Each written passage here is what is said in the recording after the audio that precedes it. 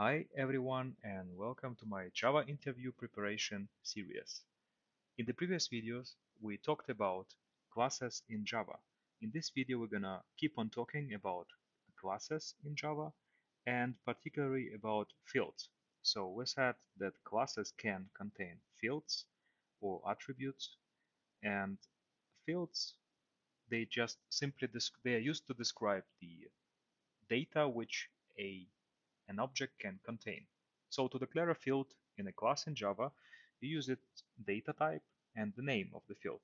So this is the very minimal declaration of a field within a class. For example, in the class person, we have two fields. The first one is named age, and it has the data type int, and we can even give it a default value. For example, I gave it the -1. It doesn't make much sense because the class is called person, so logically or semantically it doesn't make any sense. But I decided to write -1, defining that once you create a person, it has the age -1, which is an invalid age. So you should give it a valid age. Um, and the way you create an object is by using the constructor of an object. We'll talk about constructor later on, but for now, in this example, I'll just create an object of a class person, and I'll store it in the variable p1. So, and in this way, by using this dot notation and the name of the field, I can access these properties or these fields of the object. So I can access and assign the value John to the name field and assign the value 30 to the age field. And I can print this out, and the same way I can read the values of those fields. So I can both. I can either change the value of the field or I can access it and read it. Fields can have particular access modifiers. For example, in order to restrict the access to those fields, to make it, in order to restrict it and to make it, for example, immutable, so that no one can modify it. Here are some examples of access modifiers: public, private, and protected. By default, if you create a field without an access modifier, it means that this field is accessible everywhere um, within the package. So it's also called package friendly or package protected. But for example, if you use a private access modifier, it means that this field is only accessible within the class, and it's only accessible within the instance of this class. So for example, if you have a method within the class, you can use the value account number of the person class. But outside of this class, for example, if you create an object of a person class like this, and you try to access a private field, you'll get a compile error. Because this field is private, you cannot access it outside of the class. The next access modifiers is static. So field can be static.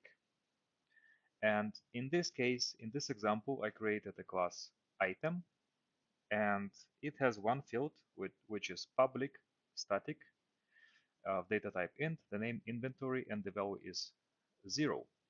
So static fields, it only means that they can be accessed by using the class. So they belong to the class and they do not belong to a particular object. How is it? So previously we saw if we have some fields in a class, the only way to access them, whether assign data or modify those fields, the values of those fields, we need to create an object of this class. So in this case, we created an object, an instance of the class person named p1. And in this case, in this way, we can access its fields, its attributes. But if we have a static field, we do not need to create, there is no need to create an object, an instance of this class. So we can simply access it by the name of the class, like this. Or actually we can create an object of the class, but it's not mandatory.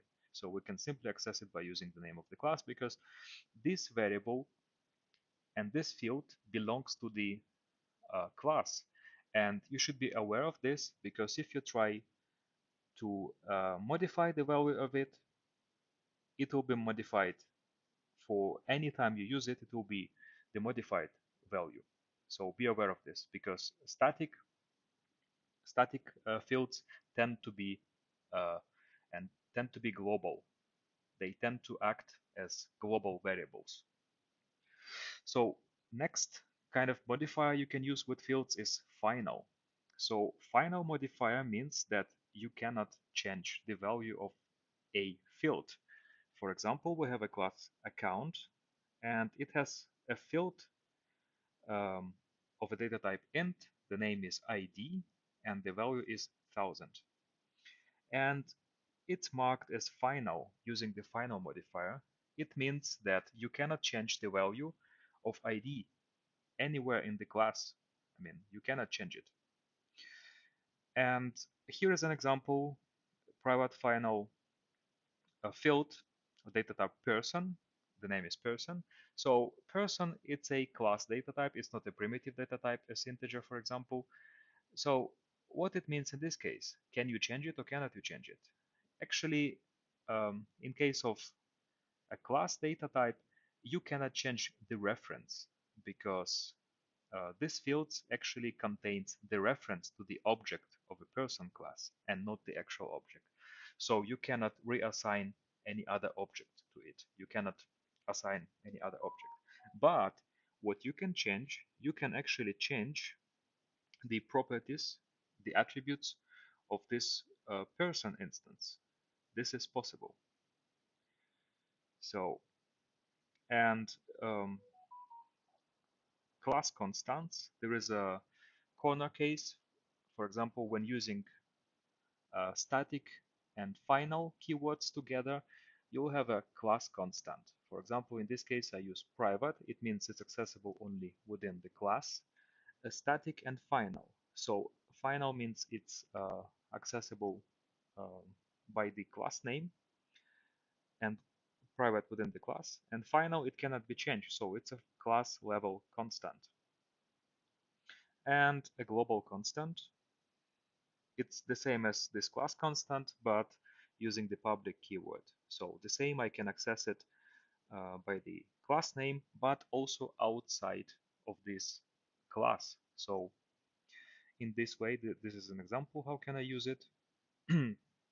Actually, it's company, and there should be company here, so I can just access this entry level variable as a global variable, but I cannot modify it since it's a final variable, it's a final field.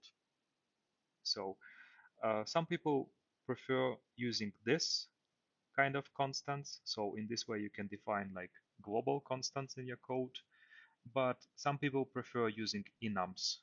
So enums, it's another feature of Java, which what we can talk about uh, later on.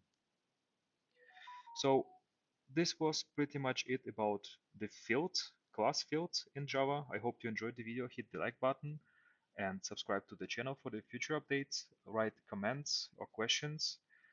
And thanks for watching. See you in the next one.